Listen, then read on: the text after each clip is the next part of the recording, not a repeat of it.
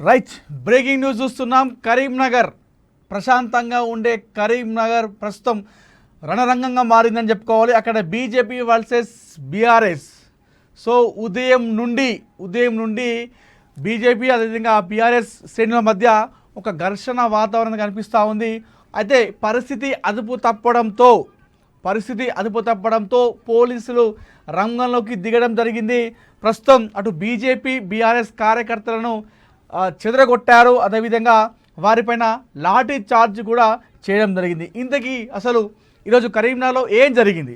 ఉదయం సమయంలో హుజరాబాద్ ఎమ్మెల్యే పాడి కౌశిక్ రెడ్డి, కరీంనగర్ ఎమ్మెల్యే గంగుల కమలాకర్ పార్టీ కార్యాలయంలో ఈరోజు మీడియా సమావేశం ఏర్పాటు చేయడం జరిగింది. ఈ మీడియా సమావేశంలో కౌశిక్ రెడ్డి కేంద్ర మంత్రి కరీంనగర్ ఎంపీ బండి సంజయ్ పైన తీవ్రమైన వ్యాఖ్యలు చేయడం జరిగింది. ఏదైతే మొన్న బండి సంజయ్ మాట్లాడుతూ కేటీఆర్ పైన కొన్ని వ్యాఖ్యలు చేయడం జరిగింది. ఆ వ్యాఖ్యలకు కౌంటర్గా ఈరోజు కరీంనగర్లోని ఎమ్మెల్యే క్యాంప్ కార్యాలయంలో హుజరాబాద్ ఎమ్మెల్యే పాడి కౌశిక్ రెడ్డి మీడియా సమావేశంలో ఏర్పాటు చేసి ఆ మీడియా సమావేశంలో బండి సంజయ్ పైన కాస్త ఘాటు వ్యాఖ్యలు చేయడం జరిగింది.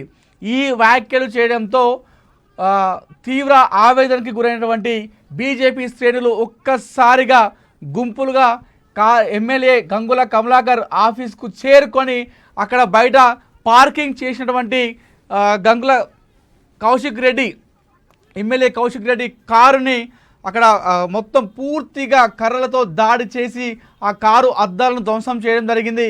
అదేవిధంగా పార్టీ ఆఫీస్ లోపలికి చొచ్చుకొని వెళ్ళి మరి లోపల ఉన్నటువంటి ఫర్నిచర్ని ధ్వంసం చేయడం జరిగింది. కిటికీ అద్దాలను పగలగొట్టడం జరిగింది.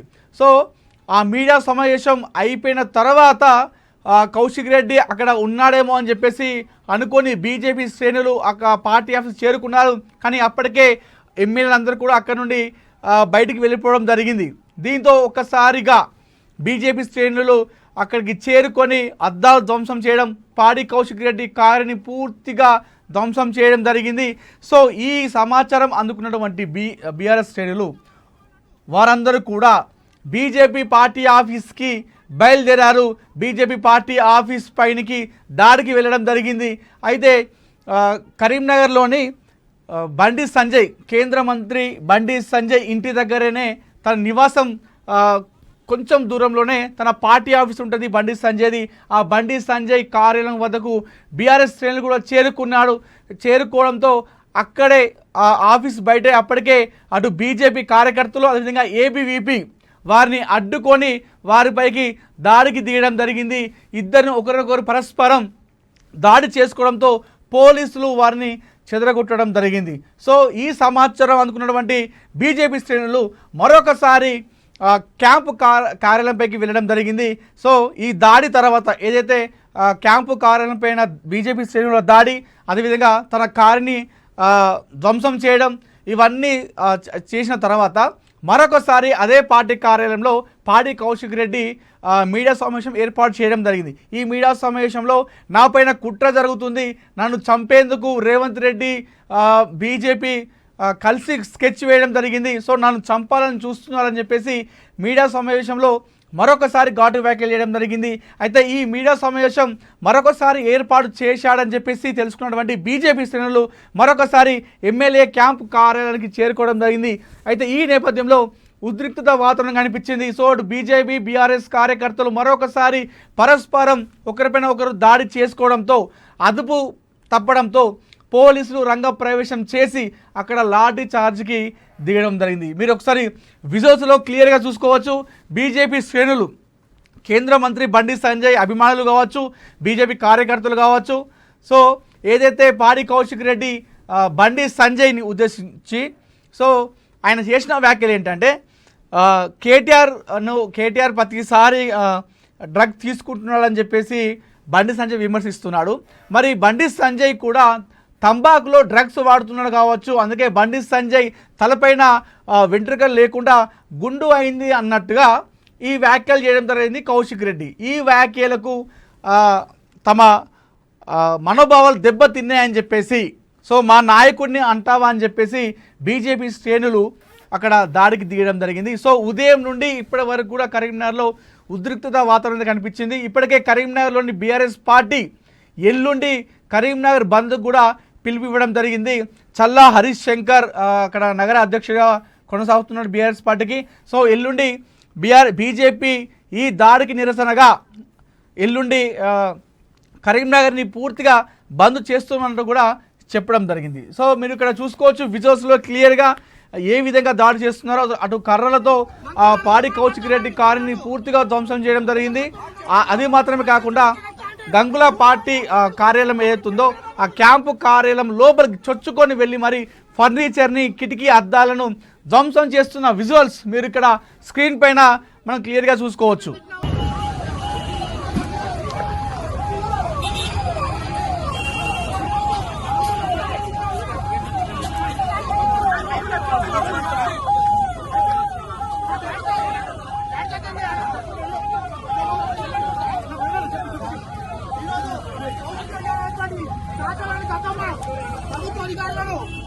సిపి గారిని మంత్రులను ఎవరు పడితే వాళ్ళని ఇష్టం ఉన్నట్టు మీకు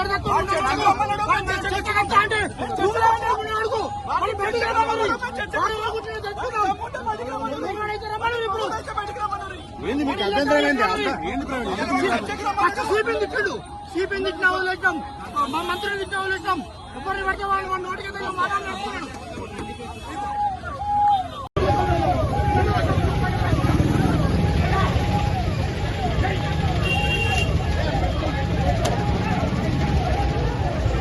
ఒకసారి మరి చూద్దాం మరి ఉదయం ఈ గొడవకు దారి తీసినటువంటి ఘటన ఏంటి, అసలు ఎందుకు జరిగింది అనే విషయం మాట్లాడదాం. మనం ఒకసారి కరీంనగర్ బీఆర్ఎస్ పార్టీ జిల్లా అధ్యక్షులు జీవి రామకృష్ణారావు గారిని మనం ఫోన్ లైవ్లోకి తీసుకొని మనం మాట్లాడించే ప్రయత్నం చేద్దాం.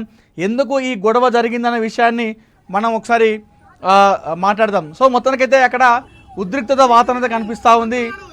బీజేపీ బీఆర్ఎస్ మధ్య ఈ గొడవ చూస్తూ ఉంటే సో రంగంలోకి దిగారు పోలీసులు మొత్తం కూడా దిగి వాళ్ళందరినీ కూడా కార్యకర్తలను అటు బీజేపీ కావచ్చు ఇటు బీఆర్ఎస్ కావచ్చు కార్యకర్తలను చెదరగొట్టి లాఠీ చార్జ్ కూడా చేయడం జరిగింది. సో ఒకసారి మనం నాయకులతో మనం మాట్లాడించే ప్రయత్నం అయితే చేద్దాం అక్కడ. సో అసలు ఈ గొడవకు గల కారణం ఏంటో మనం ఒకసారి మాట్లాడించే ప్రయత్నం చేద్దాం. ప్రస్తుతం మనతోని కరీంనగర్ బీఆర్ఎస్ పార్టీ జిల్లా అధ్యక్షులు జీవి రామకృష్ణారావు గారు ఉన్నారు. సో వారితో మనం మాట్లాడదాం. సార్ నమస్కారం. సార్ ఈ రోజు భారతీయ జనతా పార్టీ గుండాలు మా గంగుల కమలాకర్ గారు క్యాంప్ కారు దాడి చేయడం తీవ్రంగా ఖండిస్తున్నాము. ఇవాళ కౌశిక్ రెడ్డి గారు అడిగిందల్లా రెండు సబ్జెక్టులు. ఒకటి, ఎందుకు జాప్యం జరుగుతుంది ఇంటర్రోగేషన్ లో మొన్న జరిగినటువంటి ఆభరణ దొంగతనం కేసులో అడిగిండ్రు. బండి సంజయ్ గారు ఒక కేంద్ర మంత్రి ఉండి కూడా మరి ఇక్కడ నువ్వు ఏం చేస్తున్నావు అడిగినారు. మాట కేటీఆర్ తిట్టడం కాదు, నీ పనిలో చూపించు నీ నైపుణ్యం అని చెప్పారు. వీటికి దాడి చేయాల్సిన అవసరం ఉన్నదండి. దమ్ము ధైర్యం ఉంటే ప్రతిస్పందన చేయాలి, మళ్ళా ఒక ప్రెస్ పెట్టి ఖండించాలి, మాట్లాడాలి. కానీ మీరు భౌతిక దాడులు చేస్తారా అంటే బీజేపీ వాళ్ళు గుండాలనుకుంటారా? మీరు చేయలేకని అనుకుంటారా? ఒక దిక్కు కర్మాల్లో పోలీస్ సిబ్బంది అంతా కూడా దొంగలం పట్టుకున్న బిజీ ఉంటే మళ్ళీ మీరు తీసుకొచ్చి law and order situation create చేసారు, మీరే గుండాలాగా ప్రవర్తిస్తున్నారు. కాబట్టి దీన్ని మేము చాలా తీవ్రంగా ఖండిస్తున్నాము. బండి సంజయ్ గారు కూడా నోరు అదులు పెట్టుకుంటే ఇదంతా కారణం బండి సంజయ్ గారు నోరు చేయబట్టి. మొన్న వారు కేటీఆర్ గారిని చాలా ఘోరం అంటే ఘోరమైన మాటలు అన్నారు. మీకు తెలుసు, నువ్వు దమ్ముంటే నువ్వు కేసీఆర్ గా పుట్టినవా నిరూపించుకోవాలన్న మాట ఎంత ఘోరమైన మాటలో మీరు అర్థం చేసుకోవాలి ఎవరు కానీ. కాబట్టి బండి సంజయ్ గారు నోరు దగ్గర పెట్టుకుంటే ఈ కాన్స్టిట్యున్సీ బాగుంటది. లేకపోతే ఇటువంటి లొల్లు క్రియేట్ చేయడంలో ఆయన నెంబర్ 1. గతంలో కూడా కులాలు మతాలపై లొల్లు పెట్టించినోడే. ఇప్పుడు బీఆర్ఎస్ ఇక్కడ పుంజుకుంటుంది కాబట్టి దెబ్బ కొట్టడానికి కోసం చేస్తున్న డ్రామాలో ఇదొక భాగము. మేము ఈ ఘటనలకు సంబంధించిన ప్రతి ఒక్కరిని అరెస్ట్ చేయాలి, వాళ్ళ మీద పీడీ యాక్ట్ పెట్టాలని చెప్పి మేము డిమాండ్ చేస్తున్నామండి. అంటే జీవి గారు ఒకటి చెప్పండి, హుజురాబాద్ ఎమ్మెల్యే ఈ మధ్య కాలంలో చాలా వరకు రెచ్చగొట్టే ప్రసంగాలు చేస్తూ ఉన్నారు. ఈ రెచ్చగొట్టడం వల్లనే ఈ గొడవకు దారి తీసినట్టుగా అటు బీజేపీ ఆరోపిస్తుంది. అంతా కూడా తప్పండి. వారు అడిగిన ప్రెస్ మీట్ లో వారు అడిగిన దానికి జవాబు చేతగాని వాళ్ళు అటాక్ చేస్తారండి.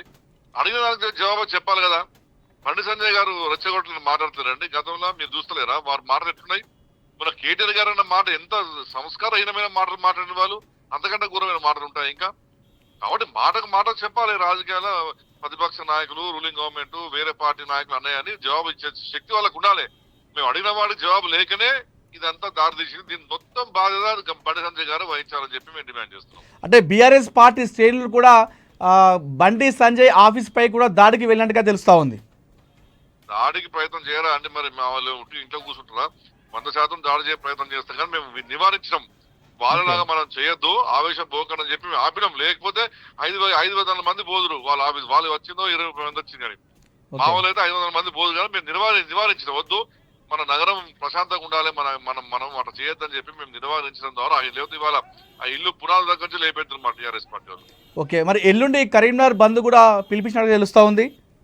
అవునండి, ఈ యొక్క ఎందుకంటే ఇవాళ దాడి జరిగింది గంగుల కమలాకర్ గారి క్యాంప్ కార్యాలయము. ఆయన ఒక 4 సంవత్సరాలు 4 టర్మ్ ఎమ్మెల్యే ఉన్నాడు. అది నియోజకవర్గ కేంద్రం, అది అఫీషియల్ రెసిడెన్స్ క్యాంప్ ఆఫీసు. అక్కడ దాడి చేయడం ఏంది వీళ్ళు? అది నేను అడుగుతున్నాను. కాబట్టి దీని నిరసనగా ఈ యొక్క శాంతి భద్రతను మళ్ళా స్టెబిలైజ్ కావాలని చెప్పి మేము ప్రశాంత వాతావరణంలో ఎల్లుండి మేము బంద్కి పిలిపివ్వడం, అందరు కరీంనగర్ ప్రజలు మాకు అనుకూలంగా స్పందించడానికి రెడీ ఉన్నాం. అంటే ఇటు బండి సంజయ్ పైన కావచ్చు, వారి బీజేపీ శ్రేణుల పైన ఏదైనా కేసు పెట్టారా? పోలీసులని ఆశ్రయించారా దీనిపైన? ఇచ్చినామండి. వాళ్ళ ఏసీపీ గారి దగ్గర ఇచ్చినాం, సిపి గారు ఇచ్చి తప్పకుండా వాళ్ళపైన యాక్షన్ తీసుకుంటామని చెప్పడం జరిగింది. లైవ్ లా ఎవరెవరు వచ్చిండ్రు ఏంటది మొత్తం అక్కడ ఉన్న పోలీసు వాళ్ళు చూసిండ్రు. మేము కంప్లైంట్ ఇచ్చినాం. ఇవ్వకున్నా ఒకవేళ ఇయ్యలేని పరిస్థితి ఉన్నప్పటికీ కూడా, ఒకవేళ ఇయ్యలేదు అనుకోండి, సోమోటో అయినా పోలీసులు కేసు పెట్టే పరిస్థితి ఉన్నది. అయినా కూడా మా టౌన్ అధ్యక్షుడు వారు పోయి ఇవాళ ఏసీపీ గారికి సిపి గారికి కలిపి వారికి పిటిషన్ ఇవ్వడం జరిగింది. ఓకే, థ్యాంక్ యూ అండి. Thank you sir. సో ఇది మొత్తానికైతే అక్కడ బీజేపీ వర్సెస్ బీఆర్ఎస్ కరీంనగర్లో ఈరోజు జరిగిన దాడి కావచ్చు, అటు బీజేపీ కావచ్చు ఇటు బీఆర్ఎస్ కావచ్చు. ముందుగా బీజేపీ శ్రేణులే అటు బీఆర్ఎస్ పార్టీ కార్యాలయం పైన దాడి చేయడం జరిగింది. సో హుజురాబాద్ ఎమ్మెల్యే పాడి కౌశిక్ రెడ్డి వ్యాఖ్యలకు నిరసనగా వారు అక్కడికి వెళ్ళారు. బీఆర్ఎస్ పార్టీ కార్యాలయం పైన దాడి చేయడం జరిగింది. హుజురాబాద్ ఎమ్మెల్యే కౌశిక్ రెడ్డి కారుని పూర్తిగా ధ్వంసం చేశారు. అదేవిధంగా గంగుల కమలాకర్ క్యాంపు ఆఫీస్ లోపలికి వెళ్ళి అక్కడ ఫర్నిచర్ను, అదేవిధంగా కుర్చీలను, కిటికీ అద్దాలను కూడా వారు పూర్తిగా ధ్వంసం చేయడం జరిగింది. సో బండి సంజయ్ పైన అనుచిత వ్యాఖ్యలు చేశాడు కాబట్టి మా మనోభావాలు దెబ్బతిన్నాయి, మా నాయకుడిని అంటారా అనేటువంటి ఆవేశంతోనే బీజేపీ కార్యకర్తలు ఈ దాడి చేసినట్టుగైతే చెప్తా ఉన్నారు. సో మొత్తానికైతే ఎల్లుండి ఈ ఘటన పైన బీఆర్ఎస్ పార్టీ ఇప్పటికే పిలుపు ఇవ్వడం జరిగింది. ఎల్లుండి కరీంనగర్ బంద్కు పిలిపించారు. ఒక్కసారిగా ఏదైతే ఒక వారం రోజుల కింద కరీంనగర్లో ఒక బిహారీ గ్యాంగ్ ఒక పిఎంజే జ్యువెల్ లోపలికి చొచ్చుకొని వెళ్ళి తుపాకులు గురు పెట్టి మరి 3 కోట్ల సుమారు ఆభరణాలు దొంగిలించడం జరిగింది. సో అప్పటి నుండి ఈ రాజకీయం అనేది కరీంనగర్ కనిపిస్తూ ఉంది. సో కేటీఆర్ రావడం, కేటీఆర్ వచ్చి అటు బండి సంజయ్ పైన మాట్లాడడం, ఆ తర్వాత బండి సంజయ్ కూడా కేటీఆర్ పైన మాట్లాడడం, ఇదంతా కూడా ఈ గొడవ అనేది పిఎంజే ఏదైతే ఉందో జ్యువెలరీలో ఆ దొంగతనం జరిగినప్పటి నుండి ఈ వివాదం అనేది నడుస్తుందని చెప్పాలి.